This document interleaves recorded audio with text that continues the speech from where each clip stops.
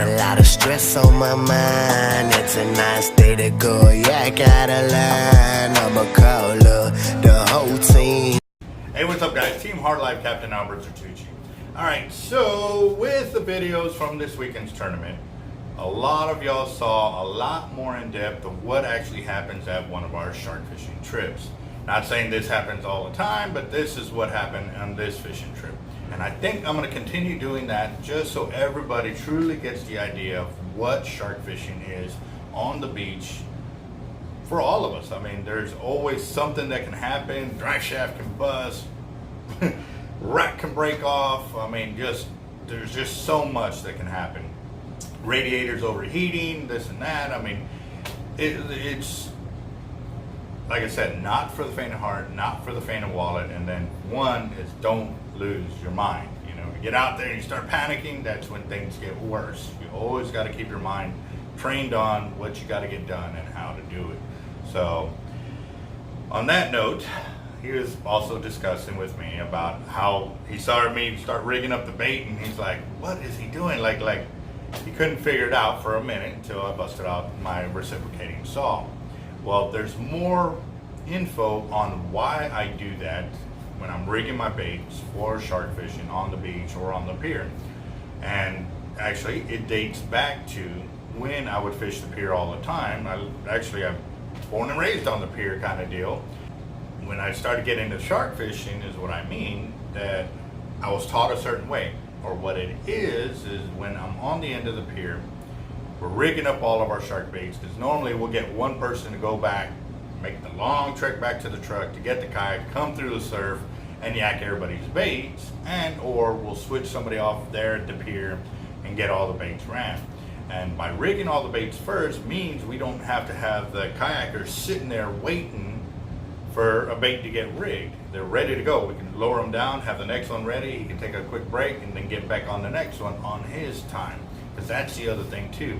We are on his time of him being on the kayak and ready to go.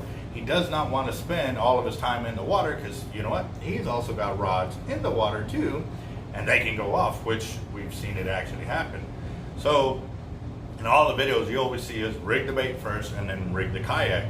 And that's because it's just the way we were kind of raised up on the pier, you know, rig our baits first before we even think about getting the kayak, because we need to make sure what we got, where it's going, and we start a game plan of that instead of rigging the kayak, then rigging the bait, and then figuring all that out. We kind of work backwards and kind of deal. And even then too, it gives us a little time between rigging baits to sit there, you know what, I think I'm going to do this instead of this. So it gives you time to sit there and play with the strategic part of putting your baits out before you get the kayak set up. Once you get it done, get it going, you'll see if that plan's going to work, and at that time you can change it. But we've also seen where it also helps by rigging the bait first and then setting up the kayak to do what you're going to do. That's us. Like I said, everybody will fish it a certain way and they do things a certain way for them, but I just wanted to go and create a video to let you know why we're doing what we do and how we do it and everything behind it. So again, like I said, we're going to continue these trips. We're going to show you what it takes for us to get to spots, rig it up, set it, and this and that. And again too, there's certain spots where I'm not going to do that just because I don't want nobody to get hurt. You know, if I'm putting myself in a spot where it's dangerous or whatever, I don't want to be sharing that, because if y'all get hurt, I don't know what I would do. I mean, I would feel really bad if somebody got hurt trying to do what I was doing. Not saying I'm intentionally doing something wrong or stupid. It's just, you know, it's fishing. You know, we're going to push the limits and the boundaries of where we can fish and why we're trying to fish there, because we're addicted to the catch. That's me. So again, stuff where everybody's easily accessible, I'll share how we did it and what goes on when we are there and stuff like that. And actually, I'm going to, like I said, I think on the next shark fishing trip, we are actually going to do every single time we yak a bait or put it out. And the reason being because why we're moving them in such a direction into the current and so forth. So that way you can also learn a little bit more of the behind the scenes techniques of putting bait out and keeping our lines from being like this, you know, like X patterns out there. So, all right guys, just a little more food for thought as we continue to grow the channel.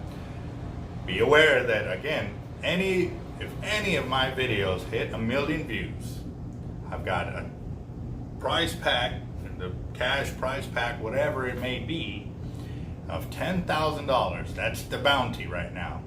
If we can get any one of our videos to hit 1 million views, that's going to be the offer on the table. So it's up to y'all guys. I mean, we're growing. Love it. Very blessed. But I wanted to see if I can offer something else in exchange to getting there. So you know what it takes? We got to get it. I'm extremely excited. I know we'll get there. And when it does, we already have this in mind. Now, depending on how quickly we get there or how long it takes to get there, that may grow or it may stay right there. You know what I mean? Depending on how quickly it happens, it'll probably stay right there. If it takes longer, it'll probably grow just because more videos are trying to get there at the same time. I love to pay it forward, so I'm not worried about it. But I definitely want y'all to stay truly excited to the channel as we're going to continue on with the knowledge and growing and learning and sharing. So, all right, guys, y'all have a good one.